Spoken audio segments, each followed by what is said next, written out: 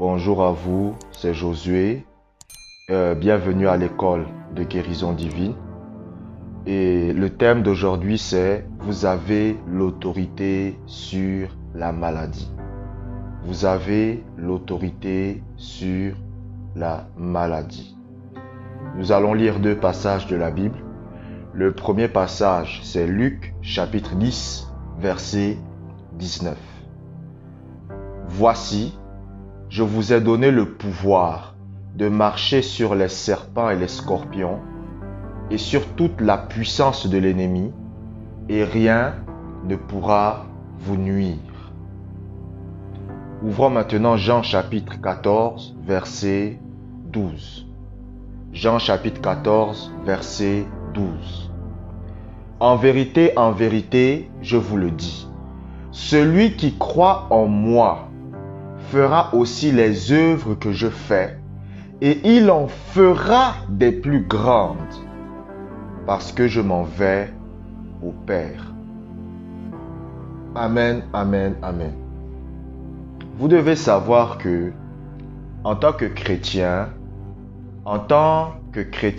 étant né de nouveau, vous avez l'autorité sur la maladie. C'est-à-dire que Dieu vous a donné la capacité de dominer la maladie. La Bible dit dans Luc chapitre 10, verset 19, « Voici, je vous ai donné le pouvoir de marcher sur les serpents et les scorpions. » Les serpents et les scorpions ici symbolisent les œuvres du diable. Vous comprenez? Parce que le diable, le symbole du diable, c'est le serpent. Et même le symbole de la sorcellerie, en général, c'est le serpent. C'est pour ça que vous voyez par exemple que Pharaon, la couronne de Pharaon, c'est un cobra. Pourquoi? Parce que le serpent symbolise ce qui est mauvais, c'est le diable. C'est pour ça que même le diable, parmi tous les animaux qui existaient sur terre, il a d'abord choisi d'entrer dans un serpent. Parce que c'était le plus malin des animaux. Donc c'était l'animal qui avait le plus... Quelqu'un de malin, c'est quelqu'un qui utilise son intelligence pour faire le mal. Donc les serpents et les scorpions symbolisent ce qui est mauvais et ce qui est mal. Donc les œuvres du diable. Et la Bible dit que Jésus nous a donné le pouvoir de marcher sur les serpents et les scorpions. Cela signifie que vous avez l'autorité sur la maladie. Vous avez le pouvoir sur la maladie. Vous êtes au-dessus de la maladie. La Bible dit dans Éphésiens chapitre 2, verset 6. Il dit, « Il nous a ressuscités ensemble et nous a fait asseoir ensemble dans les lieux célestes. » Cela signifie que vous êtes assis avec Jésus dans les lieux célestes. Vous comprenez?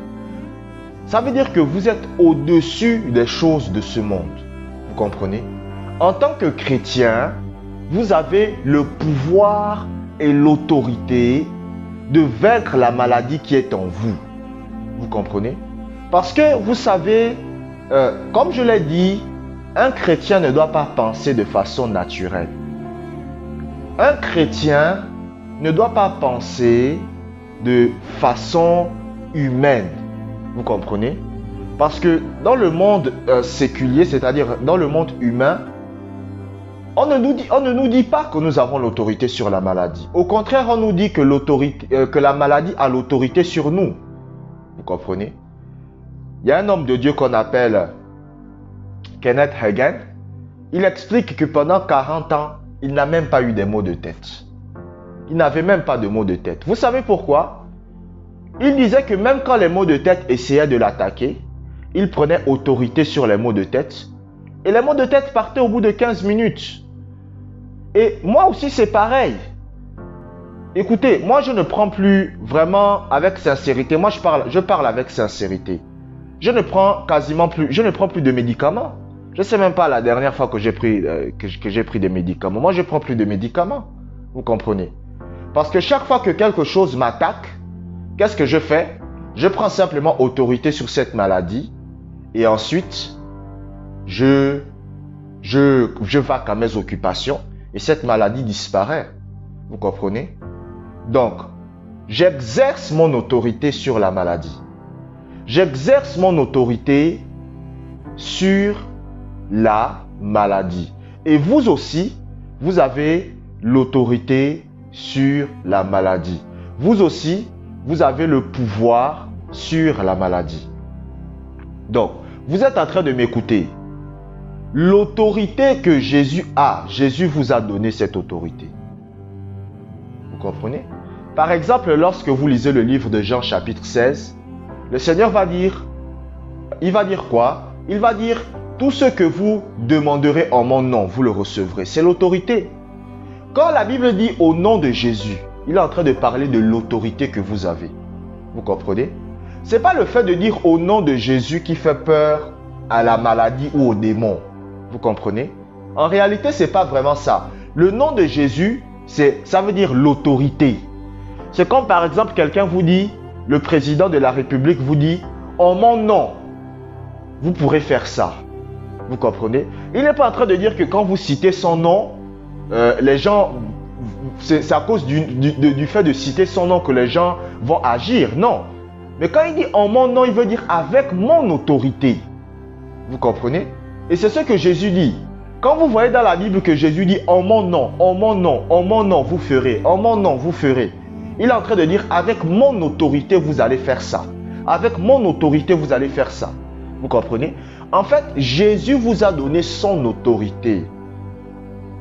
L'autorité qui est en vous, c'est l'autorité que Jésus vous a donnée. Et il y a un homme de Dieu, par exemple, un jour, il était en train d'aller à l'aéroport et il y avait une forte pluie. Vous comprenez? Il y avait une forte pluie.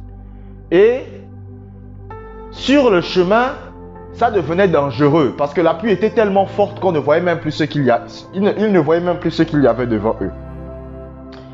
Et après, l'homme de Dieu puisque c'était son chauffeur qui conduisait, il était là, il a commencé à se poser des questions, il a commencé à se dire, mais je vais être en retard à mon travail. Je vais être en retard à mon travail, là où je dois aller, tout ça. Et il s'est rappelé de Luc chapitre 10, verset 19, qui dit, vous avez l'autorité sur les serpents et les scorpions et sur toute la puissance de l'ennemi. Et il a ouvert la vitre. Il a pointé son doigt vers le ciel.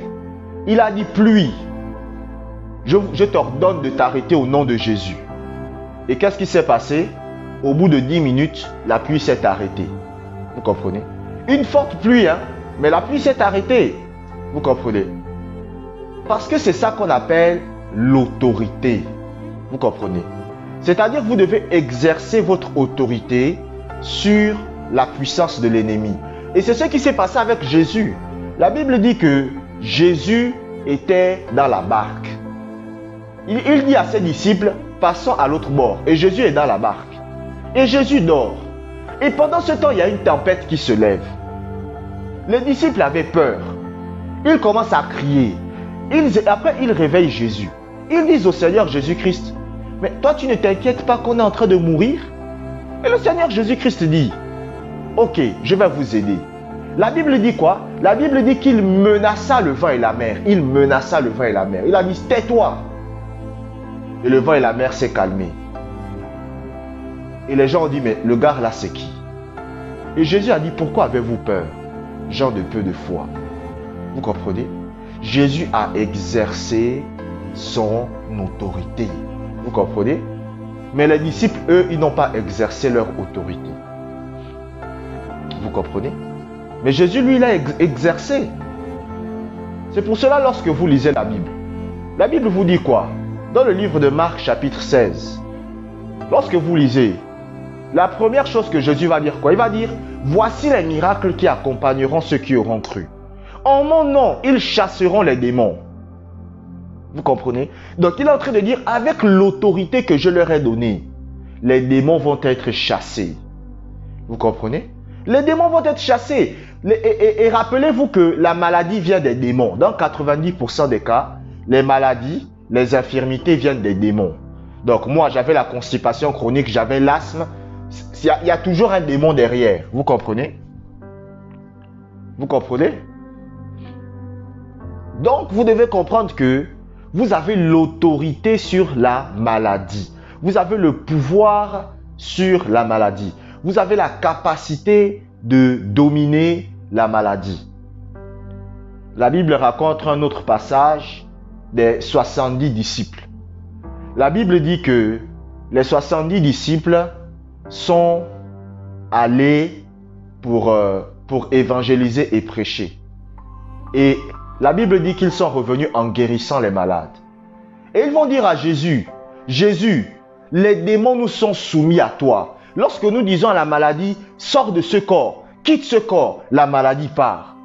Les démons nous sont soumis à cause de ton nom. Quand il dit ton nom, ça veut dire quoi? À cause de ton autorité. Il dit, en fait, ils étaient en train de dire, l'autorité que tu nous as donnée fait en sorte que les démons nous obéissent. Et vous avez aussi cette autorité. Le problème, c'est que vous devez être conscient de ça. Vous avez cette autorité en vous. Vous avez l'autorité sur la maladie en vous. Vous avez la possibilité de dominer la maladie. Vous comprenez? L'autorité ne vient pas du fait d'avoir été bien éduqué. L'autorité ne vient pas du fait d'avoir un master. Vous comprenez? L'autorité spirituelle ne vient pas d'avoir un doctorat. Vous comprenez? En médecine. D'avoir un doctorat en littérature. Vous comprenez? C'est pas à cause de ça qu'une personne a l'autorité. L'autorité vient de Jésus. Donc, quelqu'un peut s'être arrêté en 6e et il a l'autorité sur la maladie. Parce qu'à partir du moment où vous avez donné votre vie à Jésus-Christ, votre autorité est là. Votre autorité est là. Vous comprenez? Votre autorité est là. Et je vais vous dire comment développer votre autorité. Je vais vous dire comment développer votre autorité.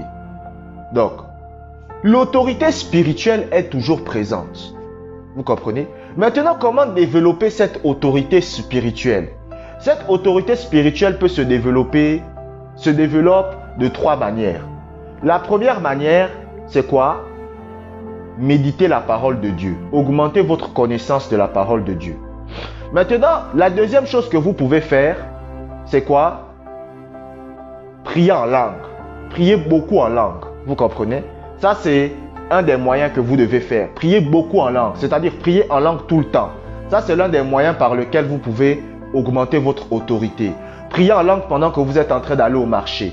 Prier en langue pendant que vous êtes en train de nettoyer la maison. Prier en langue pendant que vous êtes en train de suivre la télé. Prier en langue pendant que vous êtes en train de faire quoi que ce soit. Passez du temps à prier en langue. Maintenant, si vous ne pouvez pas prier en langue, faites quoi? Pratiquez la présence de Dieu. Vous comprenez? C'est le moyen par lequel vous augmentez l'autorité spirituelle dans votre vie. Vous comprenez? L'autorité spirituelle dans votre vie augmente par quoi? Non seulement en grandissant dans la connaissance de la parole de Dieu, c'est-à-dire votre connaissance de la parole de Dieu grandit, mais vous priez en langue aussi. C'est-à-dire vous passez du temps à prier en langue et vous pratiquez aussi la présence de Dieu. Si vous n'avez pas la possibilité de pratiquer la présence de Dieu, vous pouvez prier en langue tout le temps. Vous comprenez? Parce que l'avantage de la prière en langue, c'est que vous pouvez le faire à tout moment. Vous pouvez le faire pendant que vous balayez. Vous pouvez le faire pendant que vous lavez les assiettes. Vous pouvez le faire pendant que vous êtes en train de marcher. Vous pouvez le faire pendant que vous êtes en train de suivre la télé. La dernière fois, je crois, je suivais un petit programme à la télévision et en même temps, je priais en langue. Le programme a duré 2-3 heures. Pendant 2-3 heures, je priais en langue en même temps, vous comprenez? Voilà. Moi, je peux même prier en langue en lisant un livre. Donc, votre autorité spirituelle peut grandir en priant en langue, ou si vous ne priez pas en langue, vous pratiquez la présence de Dieu, vous restez en silence devant Dieu, parce que ça aussi, je le fais. Moi, je fais les deux. je pratique le silence devant Dieu, dans la présence de Dieu, et je prie aussi en langue. Moi, je fais les deux. Vous comprenez?